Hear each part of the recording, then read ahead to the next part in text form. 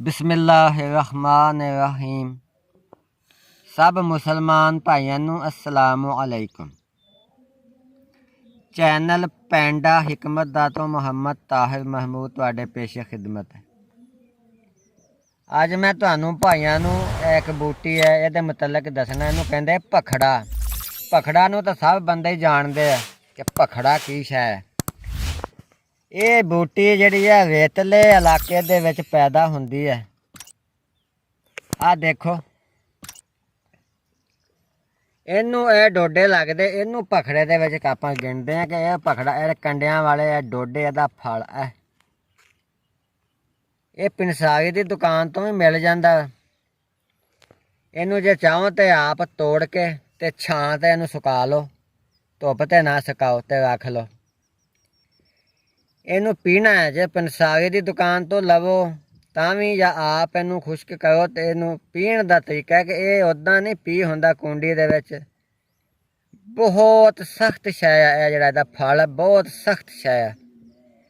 इहदा तरीका है कि इनू कढ़ाई च पा के ते भुन लिया जाए।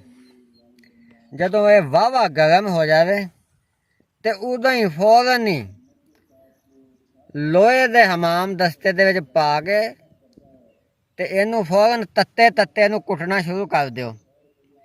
ये इंशाअल्लाह जल्दी बरीक हो जाएगा। फिर छाननी दे विचों छान लो। छाननी दे विचों छानन तो बाद इनू फिर कुंडी दे विच कोई अद्धा घंटा रगड़ाई करो ताकि खूब बरीक हो जाए। क्योंकि जिहड़ी दवाई जिन्नी भी बरीक होवे उन्ना जल्दी इंशाअल्लाह उहदा फायदा हुंदा है। ये जिहड़ा भखड़े दी फक्की बन जानी है, वो जिस्मानी ताकत वास्ते बहुत ही चंगी शै है। हड्डियां दी ताकत, पट्ठियां दी ताकत उहदे वास्ते बहुत चंगी शै है।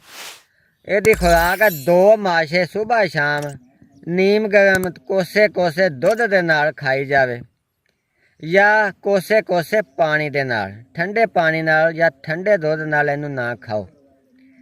थोड़े दिनां दे विच ही इंशाअल्लाह जिहड़ा जिस्म दे विच कोई कमज़ोरी है वो बहुत सही हो जाएगी, जिस्म दे विच ताकत आ जाएगी। दूजा इहदा फायदा यह है कि अपेंडिक्स, ये बहुत कई लड़के लड़कियां नूं या वड्डी उम्र दे मर्दां खवातीन नूं अपेंडिक्स हो जाती है तो वो जल्दी जल्दी उन्होंने ऑपरेशन कराउण वास्ते डॉक्टरां कोल ही जांदे। ऑपरेशन करके वो नाड़ कट दिंदे, की करदे। ਉਹਦਾ ਅਪੈਂਡਿਕਸ ਦਾ बेहतरीन इलाज है। ਉਹਦਾ ਇਹ ਹੈ कि ਇਹਦੇ ਕੱਚੇ ਡੋਡੇ ना होण ते पंसार दी दुकान तो पक्किया होया फल, खुश्क फल भी लै लो 2 तोले। ਉੱਥੋਂ ਦਾ ਤੁਸੀਂ ਲੈ ਆਓ ਅੱਧ ਕਪਾ, ਛਟਾਂਕ ਲੈ ਲਓ, ਅੱਧ ਪਾ ਲੈ ਲਓ। ਉਹਦੇ 2 ਤੋਲੇ ਜਿਹੜੇ ਵਾ ਇਹਦੇ ਭਖੜੇ ਦਾ ਫਲ ये पाइया पानी च पा के ते ओनू हल्की हल्की अग ते उबालना है। जदों पक पक के अद्धा पानी रह जाए तो भुन के कोसा कोसा पी लेना। सुबह दोपहर शाम 3 टाइम करो इंशाअल्लाह। पहले दिन ही वो जी अपेंडिक्स का दर्द आ, अपेंडिक्स की तकलीफ आ, वो ख़त्म हो जाएगी। तीसरा ਇਹਦਾ ਇਹ फायदा है कि ਇਹਦਾ ਜਿਹੜਾ ਭਖੜਾ ਵਾ ਇਹ ਭਖੜੇ ਦਾ ਫਲ ਜਿੱਦਾਂ ਮੈਂ ਅੱਗੇ ਪਹਿਲੇ ਦੱਸਿਆ ਵਾ ਗਰਮ ਕਰਕੇ ਕੜਾਈ ਦੇ ਵਿੱਚ ਫਿਰ ਤੱਤੇ ਤੱਤੇ ਨੂੰ ਇਹਨੂੰ ਪੀ ਲਓ, ਪੀ ਕੇ ਬਰੀਕ ਕਰ ਲਓ ਤੇ ਚਾਹ ਦੇ ਵਿੱਚ ਥੋੜਾ ਜਿਹਾ ਦੇਸੀ ਘਿਓ ਮਿਲਾ ਲਓ ਤੇ ਸਵੇਰ ਸ਼ਾਮ 2-2 ਮਾਸ਼ੇ ਇਹ ਨਾ ਦੁੱਧ ਦੇ ਨਾਲ ਖਾਣਾ ਵਾ। ਜਿਹੜਾ ਬੰਦਾ ਲਿੱਸਾ ਹੈ, ਕਮਜ਼ੋਰ ਹੈ, ਉਹ ਜਿਸਮ ਤੇ ਉਹਦੇ ਮਾਸ ਬੋਟੀ ਬਹੁਤ ਹੀ ਥੋੜਾ ਹੈ ਤੇ ਅੱਲਾ ਦੇ ਹੁਕਮ ਨਾਲ ਉਹ ਹੌਲੀ ਹੌਲੀ ਉਹਦਾ जिसम ताकतवर हो जाएगा, थोड़ा जहा मोटा हो जाएगा जिसम ते गोश्त मास बोटी आ जाएगा। हाँ जी भाईओ, वीडियो तुसी साडी वेख लई है। हुण मैं कुछ तुहानूं मालूमात होर देनियां ने कि बंदियां दे जिहड़े पोशीदा मरज़ आ, पोशीदा मसले आ, ਉਹਦੇ वास्ते ਇਹ ਵੇਖੋ ਸਾਡੇ ਕੋਲ ਇਹ ਦਵਾਈਆਂ मौजूद आ, कामयाब दवाइयां। जे किसी भाई नूं ਇਹ ਚਾਹੀਦੀਆਂ ਹੋਣ ਤੇ ਸਾਡੇ ਕੋਲ ਮੰਗਵਾ ਸਕਦਾ। इस तो इलावा बुढ़िया के पोशीदा मरज़ों दी दवाइयां भी साढ़े कोल हैगियां। मेदे दे मरज़, बवासीर, दिमाग के तमाम मरज़ ਜੋੜਾਂ ਦਾ ਦਰਦ, ਕੈਂਸਰ, ਗੰਜ ਦਾ ਤੇਲ, ਗੰਦੇ ਖਰਾਬ ਜ਼ਖਮਾਂ ਦੀਆਂ ਵੀ ਕਾਮਯਾਬ ਦਵਾਈਆਂ ਸਾਡੇ ਕੋਲ ਹੈਗੀਆਂ।